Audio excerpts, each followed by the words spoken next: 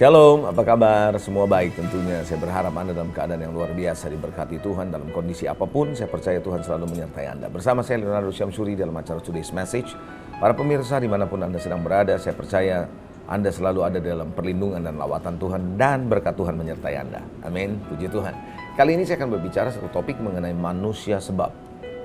Kehidupan ini hanya sebab akibat, sering terjadi karena sebab akibat. Sesuatu terjadi, ada sebabnya. Betul saudara ya, semua ada konsekuensinya tentunya. Nah, di dalam Ayub, kalau Anda baca dalam kitab Ayub, pasal yang kelima, ayat 6 dan ayat yang ke-7, situ jelas mengatakan bahwa manusia menyebabkan kesusahan bagi dirinya sendiri.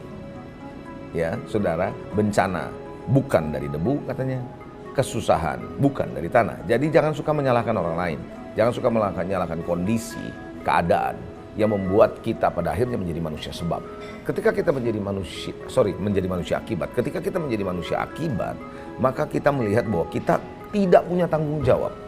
Saya bisa begini karena orang lain. Saya bisa keadaannya saya jadi begini oleh karena situasi. Enggak. Dan bahkan kita nanti kalau sudah terbiasa dengan menjadi manusia akibat, kita akan melihat orang lain juga begitu. Terang aja dia sukses karena ini. Terang aja dia sukses, tentu aja dia bisa berhasil oleh karena ini, dan seterusnya. Saudara, cara berpikir ini adalah cara berpikir yang salah. Mentalitas yang akan membangun mentalitas kemiskinan. Tapi kalau kita mau mempunyai orang yang berhasil, mentalitas kita harus dirubah. Jangan suka menyalahkan orang lain. Jangan suka menyalahkan keadaan orang lain. Keadaan bahkan. Tapi Anda harus terima dengan penuh tanggung jawab. Ingat sekali lagi, di dalam pasal yang tadi kita bacakan di dalam Ayub, pasal 5 ayat 6 dan 7. Bahwa yang namanya kesusahan bukan dari tanah. Bencana bukan dari debu. Manusia yang menyebabkan bencana bagi dirinya sendiri. Nah, oleh karena itu juga kita harus belajar dari seorang yang bernama Yusuf. Bagaimana seorang yang bernama Yusuf, dia tidak menjadi manusia akibat. Sekalipun dia mengalami perlakuan yang tidak adil dari kakaknya. Dibuang ke sumur, lalu jadi budak, dijual sebagai budak, masuk di rumah Potifar, kemudian menjadi narapidana. Saudara, semua peristiwa ini dia tidak melakukannya bukan karena kesalahannya, tapi rancangan dari kakaknya, lalu kemudian dari istri Potifar, sehingga membuat dia dalam kondisi seperti itu. Tapi apakah dia menyalahkan keadaan? Menyalahkan keadaan? Menyalahkan orang lain? Tidak. Karena ketika dia menjadi seorang yang diangkat oleh Firaun menjadi mangku bumi, orang kedua di Mesir, ketika kakaknya pada datang kepada dia cuma berkata bahwa engkau mereka yang jahat buat aku, tapi Tuhan mereka yang baik untuk menyelamatkan sebuah bangsa yang besar. Dari situ kita bisa melihat seorang bernama Yusuf punya hati besar, pikiran besar, bahwa dia bukan manusia akibat. Dia manusia sebab. Oleh karena dialah sesuatu terjadi. Dialah penyebabnya.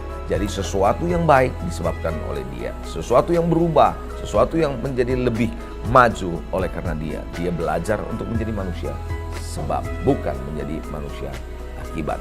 Karena Tuhan memang merancang hari esok yang penuh dengan harapan, bukan rancangan kecelakaan. Jadi saudara, jangan biarkan diri Anda melihat bahwa saya ini adalah korban. No, Anda bukan korban, tapi Anda adalah pelaku yang bisa membuat perbaikan, perubahan, terobosan bahkan. Karena Anda adalah manusia sebab. Bangsa Israel selama yang ada di Mesir, ada di dalam perjalanan di padang gurun, dia melihat dia menjadi manusia akibat. Oleh karena itu dia bilang sama Musa, bukankah kami sudah bilang bahwa jangan bawa kami selama kami ada di Mesir? Gitu loh kira-kira. Nah, hari ini saya mau mengajak saudara belajar jadi manusia sebab. Bartimeus adalah seorang buta, pengemis lagi, duduk di pinggir jalan. Tapi apa yang dia lakukan?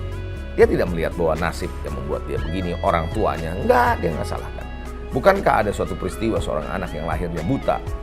Semua orang-orang di sekitarnya, bahkan muridnya bertanya, yang salah siapa nih Tuhan? Yang salah siapa? Orang tuanya atau anaknya? Karena bisa lahir buta. Tuhan bilang nggak perlu salahin siapa-siapa. Artinya apa? Jangan cari sesuatu yang membuat akhirnya merasa bahwa ini adalah korban. No. Tapi kalaupun Anda menjadi korban atau dikorbankan oleh orang lain, Anda harus tahu di situ Tuhan bekerja. Dia bisa menolong saudara, mengubahkan saudara, mujizat terjadi, perkara ajaib terjadi. Perempuan yang kena pendarahan 12 tahun. Walaupun dia sudah habis hartanya, tapi dia tahu ada sebuah harapan yang bisa menolong dia dan dia disembuhkan. Hari ini saya mau ajak saudara, jadilah manusia sebab, bukan manusia akibat. God bless you. Sampai jumpa di acara selanjutnya. Amin.